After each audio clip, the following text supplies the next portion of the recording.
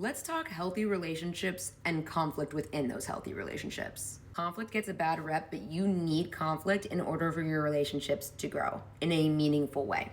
Conflicts don't necessarily mean arguments, they just mean having differences that create friction, and it can turn into an argument, but it can be done healthily, and also arguments can be healthy as well. But I want to talk about hierarchical structures, power dynamics, and alluding to being the authority within your relationship during these conversations. You can never pretend to be the ref.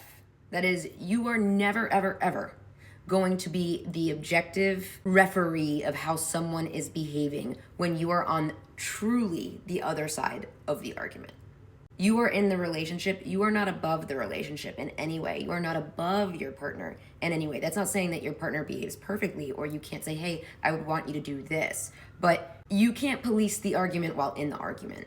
In fact, the only time you can really do that effectively is out of the argument.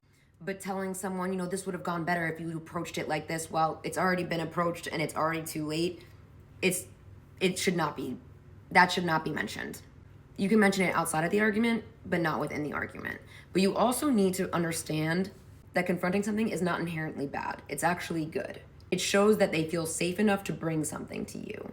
And ultimately, you need to acknowledge if you're operating under the right to comfort. So if you feel that deep down, you feel you're owed a comfortable environment without any conflict, and if you feel entitled to that, you are operating under inappropriate power dynamics because you feel that someone genuinely bringing a concern to you is an inconvenience and it's beneath you.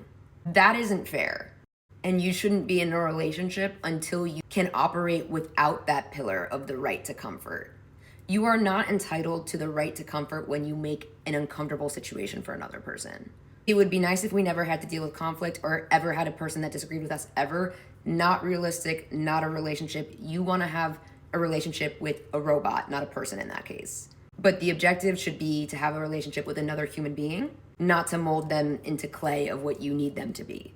And respectful human beings operate in such a way that they give people the space to have a reaction, and they're not angry that their partner can even have a reaction, or surprised that they can have a reaction. And if the reaction isn't positive, it's not this condemning thing against you or them, it's just the reality and you deal with it as it comes. People are allowed to be angry with you. People are allowed to be frustrated with you. People are allowed to find you annoying sometimes. There is room for you and all of your partner's feelings in your life. But if you don't have space for that, then you shouldn't be in a relationship.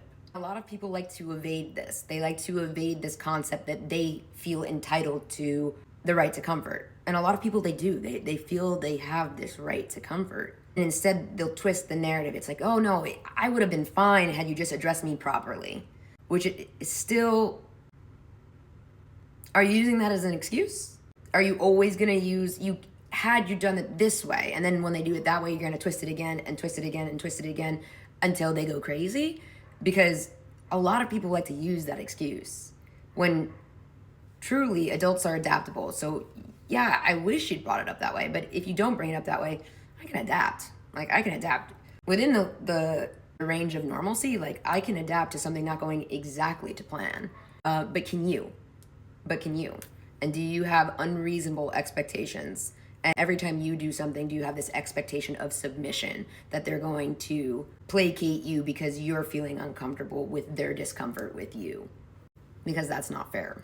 A lot of these things are normalized. They're normalized under the guise of calling someone problematic or confrontational, but truly they're looking for ways to silence their partner, which is just such a suffocating kind of relationship to be in. And then they find different ways to punish their partner because they bring up issues they have, even though that's what you do in a healthy relationship. And then they're vilified as the toxic part of the relationship because they're the one that has problems. It's not always the case. That's not always the case. So try to check yourself. And if you see a little bit of that in yourself, the antidote in thinking is conflict can help me and my partner grow to be a better and stronger relationship. Being vulnerable and understanding in these conflicts will give my partner and me peace in the long run. So good luck, but try to hold the mirror up to yourself sometimes.